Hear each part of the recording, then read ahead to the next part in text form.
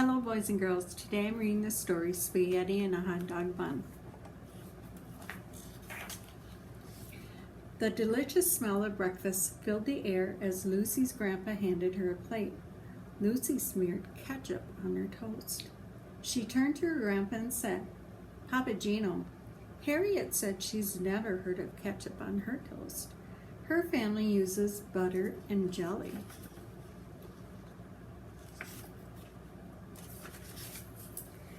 "It's okay. Not everyone likes the same thing, Lucy. It doesn't mean one person's right or wrong. We're all different.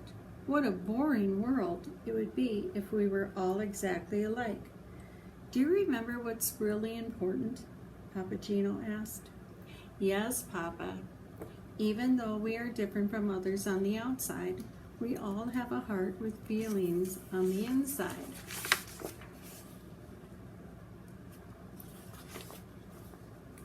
"That's my girl. Remember, when you treat others with love and kindness, you are doing the right thing," Papa Gino replied. On the school bus, Lucy and her friends, Harriet, pulled out some paper and crayons. Sitting across from them was Ralph. As usual, Ralph sat alone, staring out the window. He looked over at them and rolled his eyes. In the classroom, Lucy sat down near the teacher. Ralph carelessly hurried over and tripped on Lucy's foot. Before long, he was glaring at her. Ralph whispered, "Woof! I can't see the book with this poodle in front of me."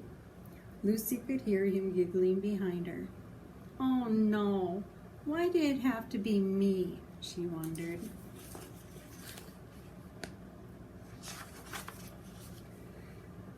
Tony and the other children at the table turned away from Ralph, shaking their heads. Ralph continued, "Poor little Lucy with her hair so poofy." Tears filled Lucy's eyes, and she began to cry. On the way home, Lucy thought about what had happened. Maybe Ralph is mean to me because he thinks being different is bad. I wish he would stop teasing me. He's putting a crayon in her hair. Slowly, Lucy stepped off the bus. "How was your day?" Papa Gino asked. "Fine," she mumbled. Papa reached over and pulled a crayon out of her hair. "How did this happen?" he asked Lucy.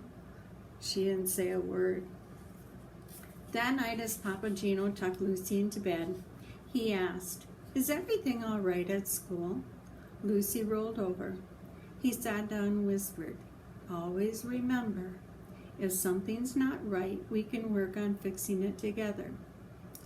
"It's not that easy," thought Lucy. "How do I stop Ralph from teasing me? How can he have a heart and be so mean?" Lucy had a hard time falling asleep, worrying about what would happen tomorrow. The following day, Lucy was surprised to find Ralph leaving her alone until Lucy took the bag Ralph handed her. Inside were dog bones with a note that read, "Lucy, Lucy eats stinky food that puts us in a big bad mood. Lucy, Lucy, her hair shaped like a cone. Here's a treat for you, a yummy dog bone." The beating of Lucy's heart was so loud, she knew everyone around her could hear it. "Stop! It hurts my feelings when you do this, Ralph," Lucy said. "Please stop." Ralph turned and walked away. It was recess time, and Lucy played alone. She didn't want to tell her teacher about Ralph. She was afraid of being a tattletale. Lucy wished Papa Gino was there to help. "What should I do?"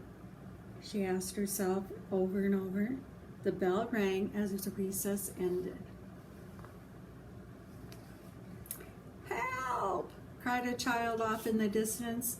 Tony yelled, "Ralph got himself stuck at the top of the monkey bars. It's the funniest thing I ever seen." "This is my chance.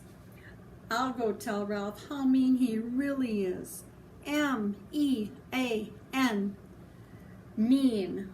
Lucy stomped off towards the monkey bars. When she reached Ralph, Lucy paused. She looked him in the eye and said, "What you did was mean." Standing before Ralph, Lucy could hear Papa's words. Ralph did have a heart with feelings. In that moment, Lucy decided what she would do. She saw tears in Ralph's eyes. He hesitated to move and whispered, "I'm scared."